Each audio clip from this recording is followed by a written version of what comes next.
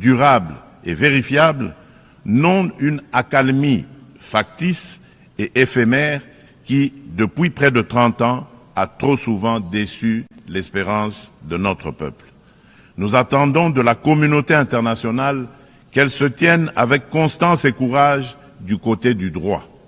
C'est à ce prix que la vérité l'emportera sur l'impunité et que la paix redeviendra possible. Madame la Présidente, il convient de préciser que le processus diplomatique engagé avec toutes les parties au conflit n'exclut nullement la quête de justice et de réparation. Si le monde hésite encore à nommer notre douleur, nous n'attendrons pas. Nous en sommes les premiers témoins. Nous en serons les premiers artisans de justice. Mais nous avons besoin de votre solidarité, de votre soutien et du respect plein et entier du droit international. Madame la Présidente, à la veille de la mise en place de la commission d'enquête indépendante décidée par le Conseil des droits de l'homme des Nations Unies sur les massacres perpétrés il y a quelques mois par nos agresseurs et leurs supplétifs dans l'Est de mon pays, je lance un appel solennel à la communauté internationale. Elle a le devoir moral et politique de soutenir cette démarche essentielle afin d'établir la vérité, rendre justice aux victimes et jeter les assises d'une paix durable ancrée dans la mémoire et la responsabilité partagée. Madame la Présidente, alors que la planète se réchauffe et que les marginalisations s'aiguisent, ainsi et que les conflits se multiplient, le diagnostic qui avait inspiré en juillet 2023 la vision du nouvel agenda pour la paix du secrétaire général demeure pleinement d'actualité. Le monde est désormais confronté à des crises multiformes et profondes. Les fondamentaux de la prévention se sont affaiblis et le droit international, jadis puissamment rappelé par la Charte des Nations Unies, qui enjoint les États à s'abstenir de recourir à la menace ou à la force, est trop souvent bafoué. Notre système de sécurité collective en est ébranlé. Il ne saurait survivre à un sursaut de solidarité d'intérêt et de respect des règles.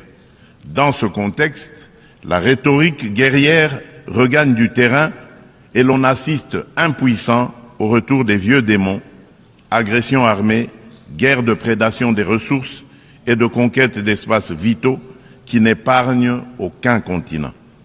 Tandis que la guerre entre Israël et le Hamas ravage la bande de Gaza, avec le risque d'une extension régionale, et que se poursuit le conflit russo-ukrainien, d'autres foyers s'embrasent au Yémen, en Birmanie et en Syrie.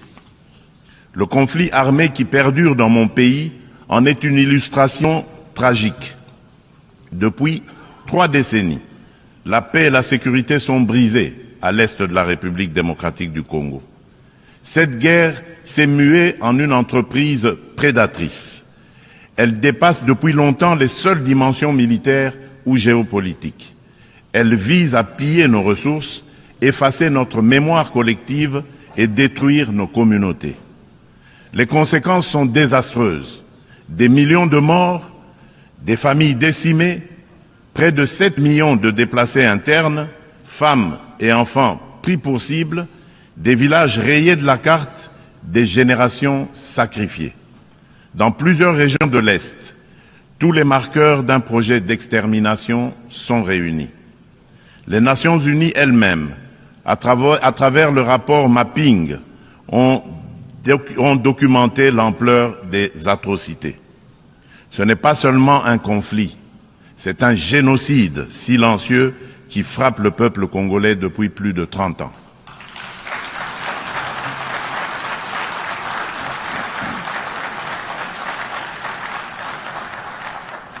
En juillet dernier encore, plus de 300 civils, dont 48 femmes et 19 enfants, ont été massacrés dans le territoire de Rutshuru par l'AFC M23 avec l'appui des forces de défense du Rwanda. Ces crimes ne sont pas isolés. Ils s'inscrivent dans une continuité macabre.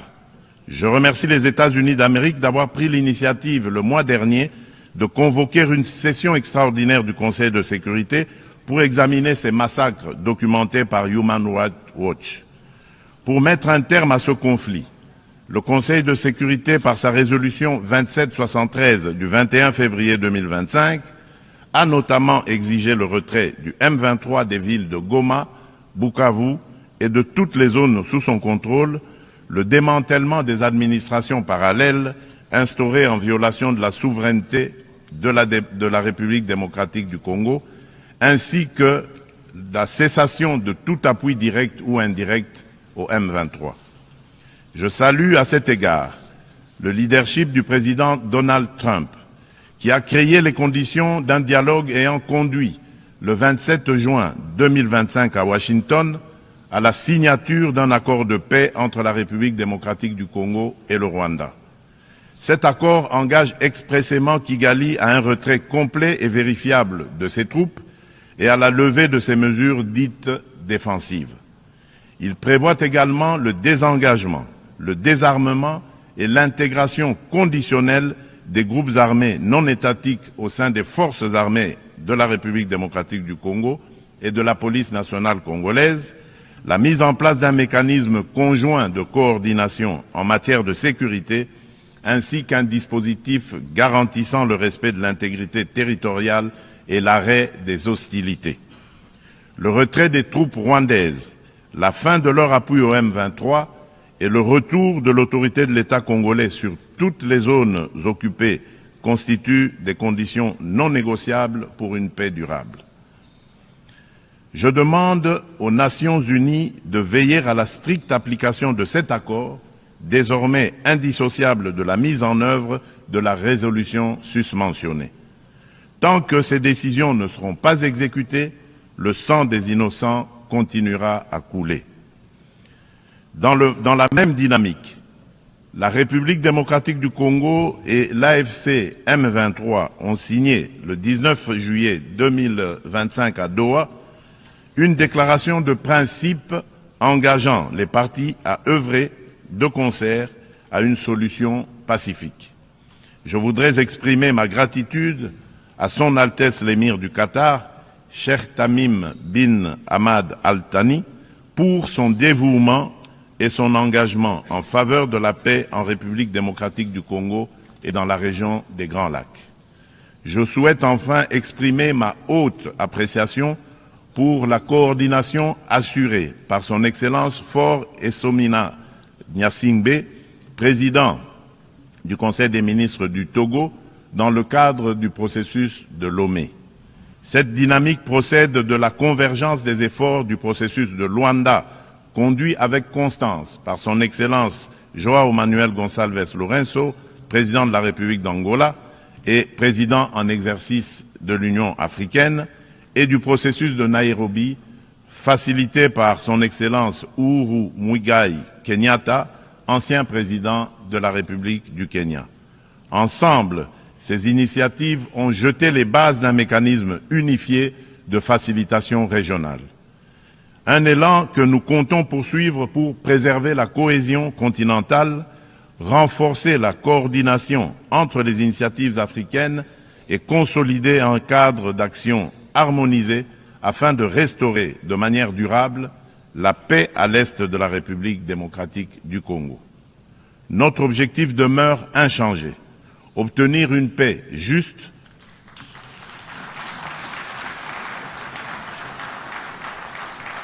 la République démocratique du Congo ne sollicite ni charité ni commisération, elle exige justice, vérité et dignité.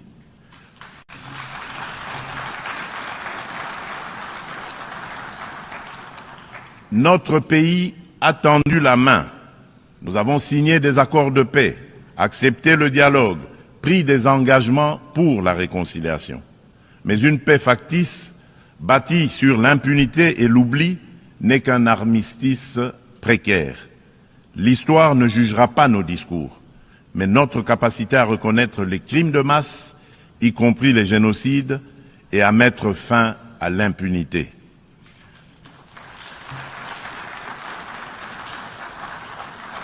Madame la Présidente, La République démocratique du Congo est un pays de vie, de richesse naturelle et de résilience humaine. Nous voulons contribuer à la paix mondiale, mais la paix commence par la reconnaissance de notre propre tragédie. J'adresse à cette Assemblée un appel solennel. Reconnaissez le génocide congolais, soutenez notre combat pour la vérité et la justice et aidez-nous à bâtir enfin une paix durable au cœur de l'Afrique.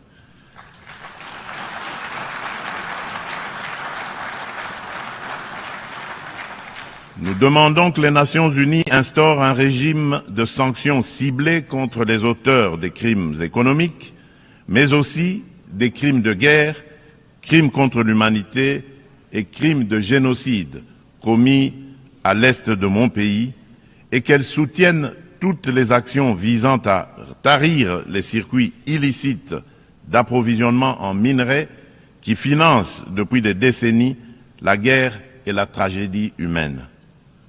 Ces actions doivent être conduites avec l'appui de l'Union africaine, des Nations unies et de nos partenaires au développement, en impliquant les États limitrophes, les entreprises qui achètent et transforment ces minerais du sang, les institutions financières par lesquelles transitent les flux, ainsi que les organisations de la société civile. Je le dis solennellement devant cette Assemblée. La communauté internationale a le devoir moral et politique de reconnaître cette tragédie pour ce qu'elle est, un génocide, et d'agir en conséquence. Le silence et l'inaction face à ces crimes s'apparentent à une complicité. Nous demandons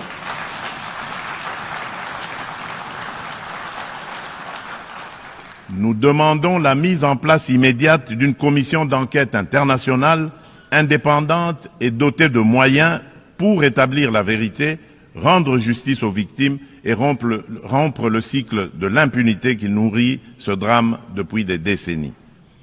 Madame la Présidente, le terrorisme demeure une menace grave pour la paix et la sécurité internationale. Aucune région du monde n'est épargnée. Après l'Asie, l'Europe occidentale et l'Amérique du Nord, ce fléau s'enracine en Afrique et déstabilise plusieurs sous-régions. Al-Qaïda au Maghreb islamique, bien que fragilisé par l'action internationale, conserve ses capacités dans des zones grises et diffuse son influence. Boko Haram au nord du Nigeria et Al-Shabaab en Somalie maintiennent une emprise territoriale significative. En Afrique centrale, après les ravages causés par la Lord's Resistance Army, LRA, de Joseph Kony, le nord-est de la République démocratique du Congo subit les exactions des forces démocratiques alliées, les ADF, un groupe terroriste ougandais ayant fait allégeance à l'État islamique. Ces groupes extrémistes ont laissé derrière eux un lourd tribut humain et continuent de menacer la stabilité régionale.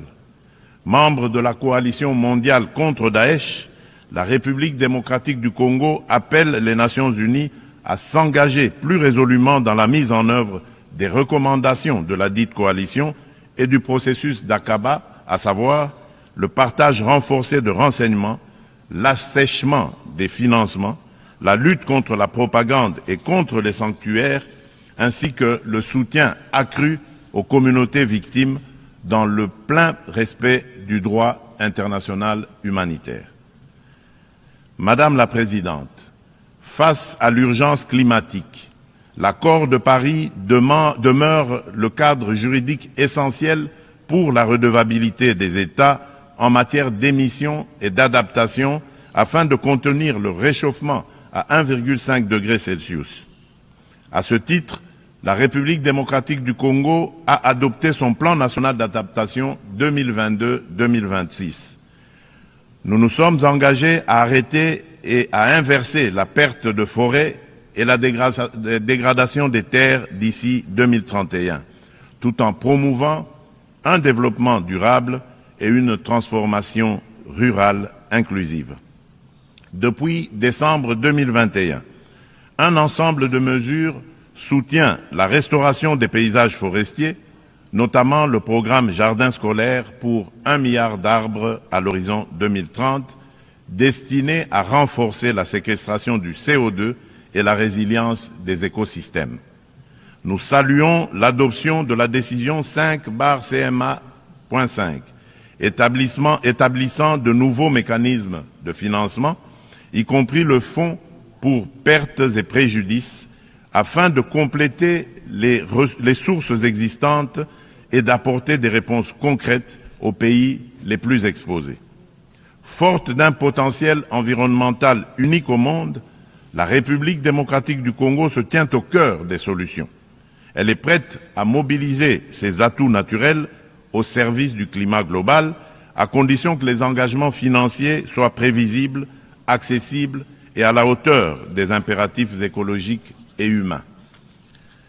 Madame la Présidente, permettez-moi d'aborder aussi la question des défis énergétiques et de la protection de nos écosystèmes en rappelant que le bassin du Congo abrite la deuxième plus grande forêt tropicale du monde, considérée par de nombreux scientifiques comme le premier puits de carbone terrestre, ainsi qu'un vaste réseau hydrographique dominé par le fleuve Congo, deuxième au monde par son débit.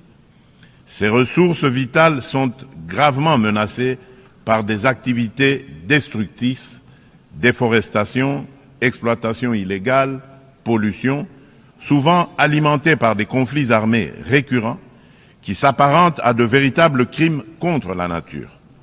C'est pourquoi la République démocratique du Congo soutient l'initiative portée par le Vanuatu, Fidji et Samoa visant à ériger au plan international l'écocide en incrimination autonome pour sanctionner les actes illicites ou arbitraires causant à l'environnement des dommages graves. Madame la Présidente, l'adoption du pacte pour l'avenir rappelle l'urgence d'accélérer la mise en œuvre des objectifs de développement durable à 5 ans de l'échéance de 2030. La République démocratique du Congo a inscrit cet impératif au cœur de son action à travers le plan national stratégique de développement 2024-2028 qui place l'homme congolais au centre des priorités et intègre les 3 dimensions du développement durable, environnemental, social et économique.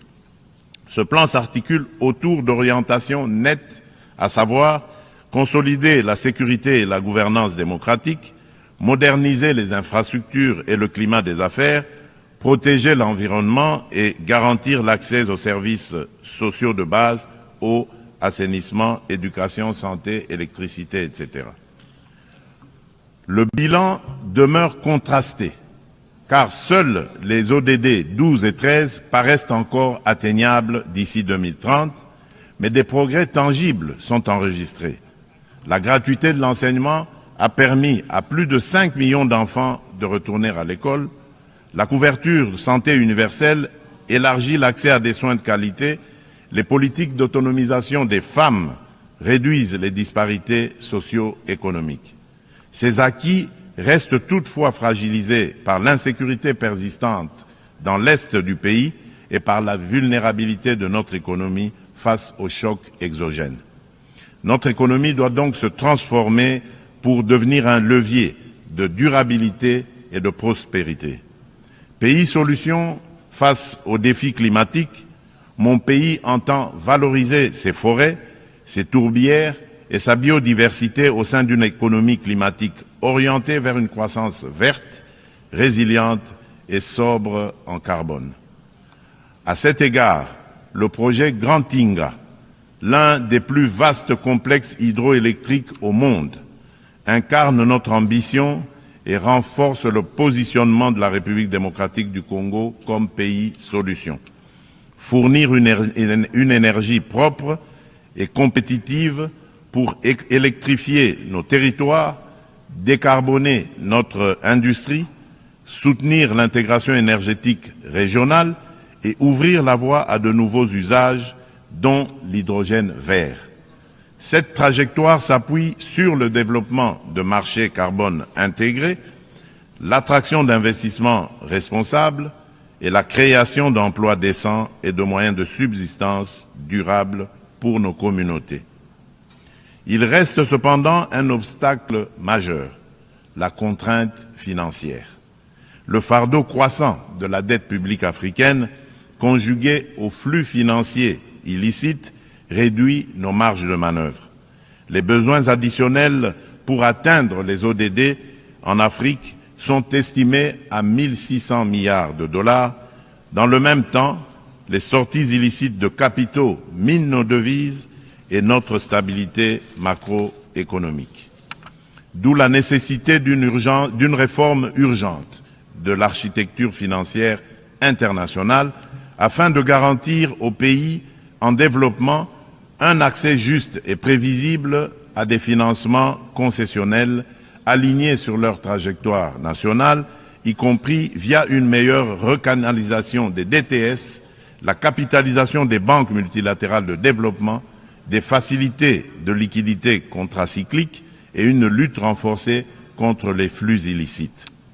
Madame la Présidente, depuis mon accession à la magistrature suprême de mon pays, la République démocratique du Congo, j'ai impulsé à la conduite de la chose publique une dynamique nouvelle intégrant systématiquement la dimension genre à tous les niveaux afin d'assurer une présence accrue des femmes dans les instances de décision.